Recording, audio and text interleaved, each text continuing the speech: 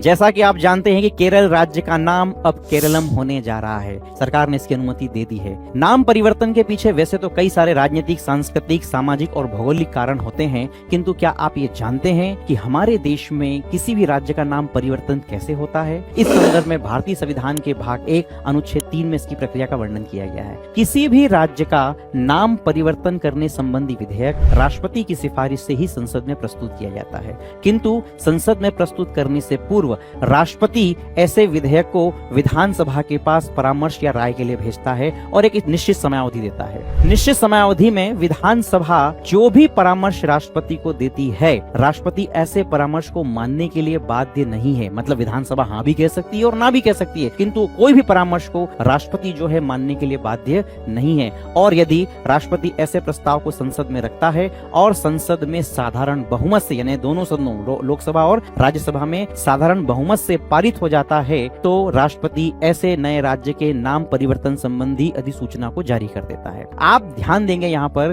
कि हमारे देश में जो ये नाम परिवर्तन की शक्ति, जो अंतिम शक्ति है, वो संसद में निहित है, राज्यों को नहीं दी गई है। जबकि आप अमेरिका का संविधान देखेंगे या अमेरिका की राज्य व्यवस्था को देखेंगे तो वहां पर राज्यों के नाम, क्षेत्र, सीमा में परिवर्तन बिना राज्यों की अनुमति के नहीं हो सकता है। जबकि भारत में यह शक्ति केंद्र को दी है। यह दिखाता है कि भारत में जो है संघात्मक ढांचा जो है किसकी ओर, केंद्र की ओर झुका हुआ है। देखिए बेसिकली क्या है कि हमारे संविधान निर्माता बहुत ही बुद्धिमान थे, बहुत ही दूरदर्शी थे। वो ये जानते थे कि भारत अभी अभी आजाद हुआ है और भारत राष्ट्र बनने की प्रक्रिया में है। भारत जैसे विशाल देश में जहां इतनी जातियां, जनजातियां, संस्कृतियां, भाषाएं हैं, तो वो राज्य जो होगा, वो राष्ट्र जो होगा, कई परिवर्तनों के दौर से गुजरेगा। अतः ऐसी स्थिति में किसी भी राज्य के नाम, क्षेत्र, सीमा में परिवर्तन संबंधी कई सारे अवरोध या कई सारे प्रश्न उत्पन्न होंगे। अतः ऐसे प्रश्नों का निर्धारित उत्तर देने के लिए हमने आर्टिकल 3 को बनाया और आर्टिकल 3 में यह शक्ति जो है हमने संसद को दी, केंद्र को दी, ताकि